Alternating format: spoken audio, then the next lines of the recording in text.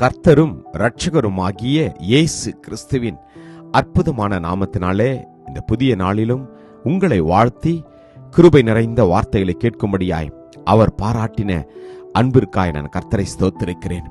எபிரேயர் 10:23 அல்லாமலும் நம்முடைய நம்பிக்கையை அறிக்கையிடுகிறதில் அசைவில்லாமல் உறுதியாயிருக்க கடவோம். வாக்குத்தத்தம் பண்ணினவர் உண்மையுள்ளவராயிருக்கிறாரே. ஆமென். Hebrew chapter 10:23 Let us hold fast the confession of our hope without wavering, for he who promised is faithful. ஆமென். கர்த்தருடைய நாமம் மகிமைப்படுவதாக. எனக்கு பிரியமான தேவஜனமே, இந்த நாளிலே கர்த்தர் நம்மை பார்த்து சொல்கிறார், நீங்களும் நானும் தேவனுடைய வாக்குத்தத்தத்தின் மேல் நம்பிக்கை உள்ளவர்களாய் அதை நாம் அறிக்கை செய்வதிலும் அதில் உறுதியாய் இருப்பதிலும் நீங்களும் நானும் தரித்திருக்க வேண்டும் என்று. நாம் உலகத்தில் உள்ள அநேக காரியங்கள் மேல் நம்பிக்கை வைத்து வாழ்ந்து வருகிறோம். நம்முடைய ஞானத்தின் மேல், நம்முடைய சம்பாத்தியத்தின் மேல், நம்முடைய சேமிப்பின் மேல், நம்முடைய பொருட்களின் மேல், நமக்குள்ள உலக ஆஸ்திகளின் மேல் நாம் நம்பிக்கை வைக்கிறோம்.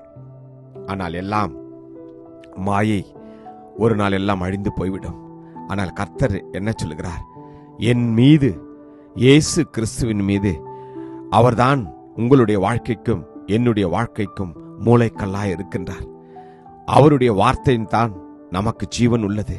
அந்த வார்த்தையை முழுவதுமாய் நம்பி அந்த வார்த்தையை அறிக்கை செய்து அதில் அசைவில்லாமல் உறுதியாய் இருக்க வேண்டும்.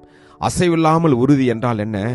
எல்லா சூழ்நிலையிலும், நமக்கு எல்லாம் இருந்த பொழுதிலும், நமக்கு ஒன்றுமே இல்லாத போதிலும், நமக்கு பாடுகள் வருகின்ற பொழுதும், கஷ்டங்கள் வருகின்ற போதும், வியாதிகள் வருகின்ற போதும், எல்லா சூழ்நிலையிலும் இயேசு கிறிஸ்துவின் வார்த்தையை நீங்களும் நானும் நம்பி விசுவாசித்து உறுதியாய் பற்றி கொண்டு அதை அறிக்கை செய்கின்ற போது கர்த்தர் நம்மை பார்த்து சொல்கிறார், என்னுடைய வாக்குத்தத்தங்கள் அவைகள் உண்மை உள்ளவைகள், அது மாறுவதில்லை என்று. பிரியமானவர்களே, எல்லா சூழ்நிலையிலும் தேவனுடைய வாக்குத்தத்தத்தை நம்புங்கள். தேவனுடைய வாக்குத்தத்தத்தை விசுவாசியுங்கள். அவர் அழைத்த தேவன் உண்மையுள்ள தேவன் என்று வேதம் சொல்கிறது. பொய்யுரையாத தேவன் இயேசு கிறிஸ்து என்ற இரட்சகர். அழைத்தவர் உண்மையுள்ளவர்.